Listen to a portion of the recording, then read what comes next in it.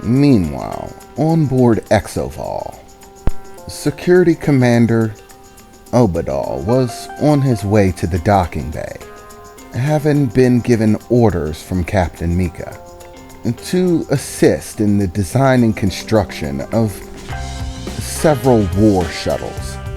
No longer needing to look the part of a common bandit, these war shuttles would be designed to facilitate ends of combat within small regions. For example, missions in which enemies flying smaller craft just above the surface of planets or through tight spaces where a full-size ship couldn't travel easily. They would have shuttles to disperse in order to combat the enemy units. Exovol's sizable docking bay had more than enough room for them, and it wouldn't prove too extravagant a use of materials to produce them. So, just in case they might be needed, Mika ordered a few to be constructed. Obadal was just walking through the doors into the docking bay to find the assigned partner for the construction of these ships, that being Mia, the second in command in engineering, which Obadal was a bit anxious about. However, fulfilling his duties came first, even above his feelings of anxiety. So he brushed them off and began to approach, seeing Mia working next to a holo projector in the docking bay. "Hello, Mia," Obadal said as he approached. "Nice to see that you're firmly at work. As expected, you show a good track record when it comes to doing your job effectively." "Oh, do I now?" Mia replied, somewhat sarcastically, as she fiddled around with the holo projector. "And here I was thinking that I just like to tinker with shit. Truth be told, I'm not that hard a worker. I just do what I feel comfortable doing, and it just so happens to fall in line with what others might call work. I call it my own personal national pastime. So don't get it twisted, sweetheart. I'm just doing what I like to do. If my job was cleaning shitty toilets, I'd be slacking off just as much as any other guy who does that job." "Well, I suppose," Obadal replied. "You do have sort of a point. So, why did Captain stick you on this mission with me? What, she doesn't think I can do it all by myself? Little old Mia needs help," Mia said as she stopped fiddling with the projector for a moment to look across to Obadal, somewhat annoyed. "No, it's nothing like that," Obadal responded, rubbing the back of his head a bit. "I'm simply the foremost expert on weapons technology and defensive implementation on board the vessel. She thought that my viewpoints might help since we're building combat shuttles. You know, a mind for war, that sort of thing." "I guess so," Mia replied, shaking off her minor annoyance. "Well, Mr. Mind of a Warrior, what do you think of this?" she said, flittering her hands a bit and swirling a holographic display of a shuttle, the one she was currently designing. As Obadal began to look it over, extending his hands and rotating the holographic display, checking over the ins and outs of how everything was functioning. "Well, to be honest, I don't think it's a stable enough design for a combat vessel." "Okay, you want to run that back to me?" Mia said, once again frustratedly. "So, what's the problem, genius? My design should be just fine. I've laid everything out to maximize capability. Speed, firepower, it's all max. Even the energy dispersal for the shields. All function perfectly and divide evenly amongst the ship. So, what's your problem? Or perhaps maybe your problem's just with me." "No, it's nothing like that," Obadal replied. "The problem with your design is quite frankly, the fact that you're trying to over-maximize everything. Okay, you want to try that again? This time, use a language that doesn't make what you just said sound stupid, Mia replied, still sounding very annoyed. Listen, I'm not saying that your design is out and out bad. That's not what I'm implying. Please, don't take offense, Obadal said. I'm merely trying to suggest that your line of reasoning might be off. It's a common misconception when it comes to the construction of weapons, that power or speed means everything, that it's simply the ability to destroy your opponent before your opponent destroys you. And there is some measure of truth to that. However, it's not complete or entirely accurate to believe such a thing. Think of it this way. If you have a weapon that is guaranteed to kill the enemy in a single shot, this is of course a good thing, or at least it seems to be on the surface. But if you enter a confrontation with more than one enemy, and the weapon breaks the very first time it's used, then the fact that it's guaranteed to kill the first enemy means next to nothing. Because after the first enemy is dead, you're left without a weapon to fight the next. A blade that is improperly forged and breaks during combat will lead to the death of the one wielding it. A weapon that possesses great power but is poorly balanced and does not lend itself well to adjustment limits the capability of the one wielding it, and eventually ends in their defeat because they cannot adapt or adjust or maneuver properly. Sometimes it's more important that things be balanced. A perfectly balanced blade will serve its wielder far more effectively than one that is poorly balanced or misshapen. A blade that is strong and can bear repeated conflicts without breaking will ensure the survivability of the person wielding it far more than a weapon that destroys its enemy in a single shot but is most likely to break. Sometimes it's not about maximizing damage or speed, but ensuring stability and balance. Ideas that apply to weaponry can also apply to ships in the same way. The ship that you have designed here is, of course, fast and powerful.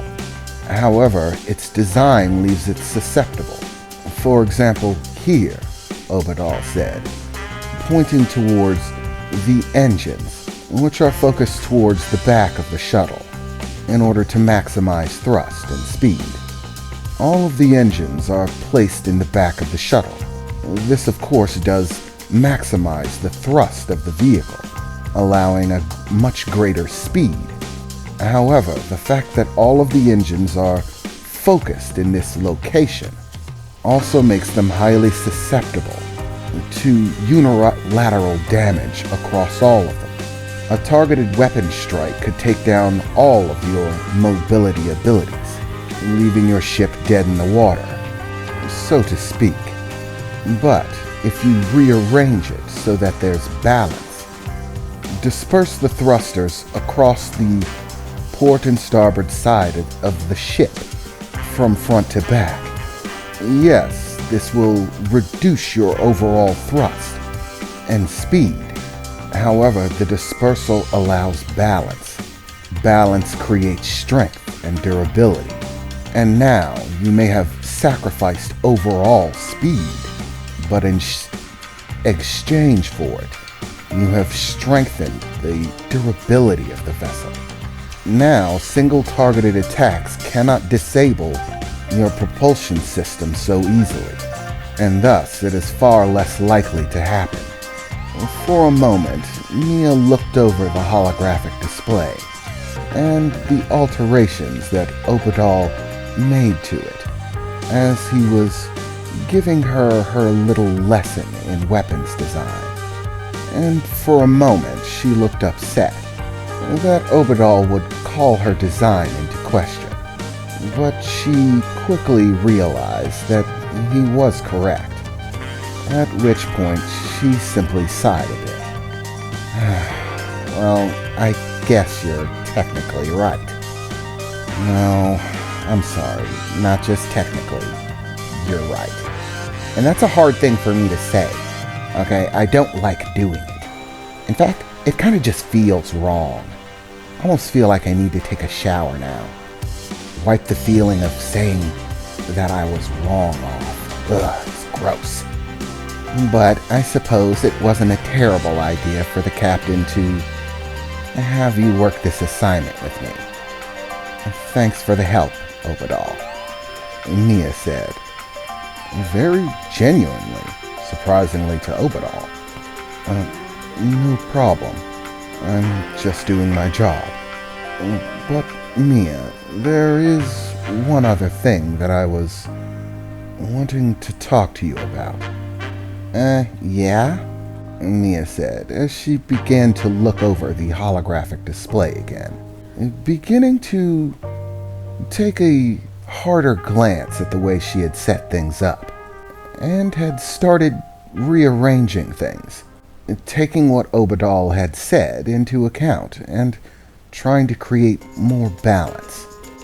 I was informed by the ship doctor, Ricola, that you came in asking whether I had delivered a genetic sample or not, and told her to inform you once she did receive one from me. Yeah, Mia replied. Exactly when are you gonna get on that? I'd rather have it sooner than later.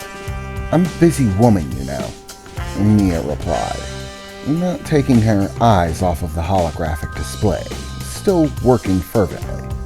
I'm sorry, but honestly, I thought you were just trying to talk some sense into me. I didn't think that you were actually serious about the deal.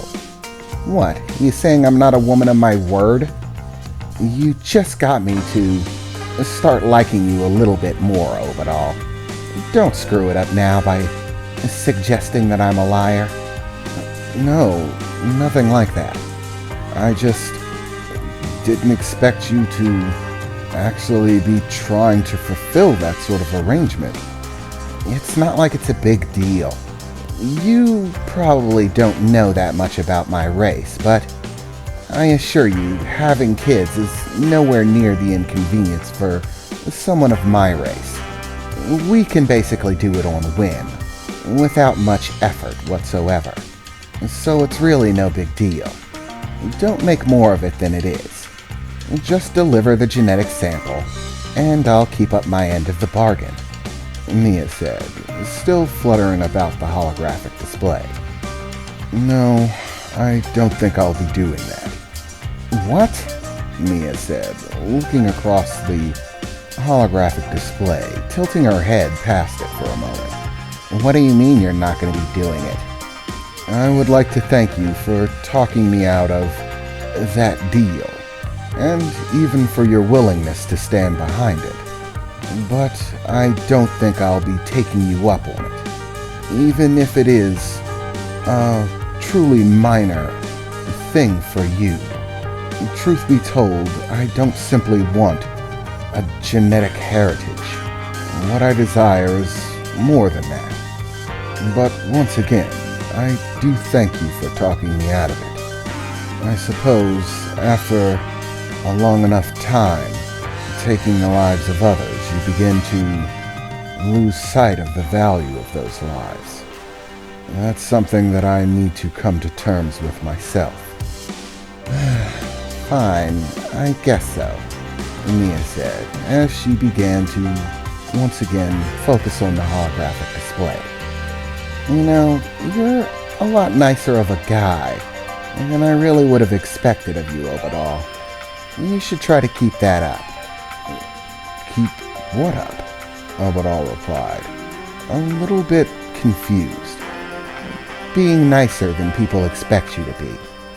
Keep doing it. It becomes you, Mia said, with a somewhat gentle smile, as she continued the work with the hologram. Now, that we can get off of that topic, help me with this ship already. Give me some more of those warrior sayings or something. I need some inspiration, Mia said, smiling brightly, and Obadal joined her in it as they continued their work on the new shuttle pods.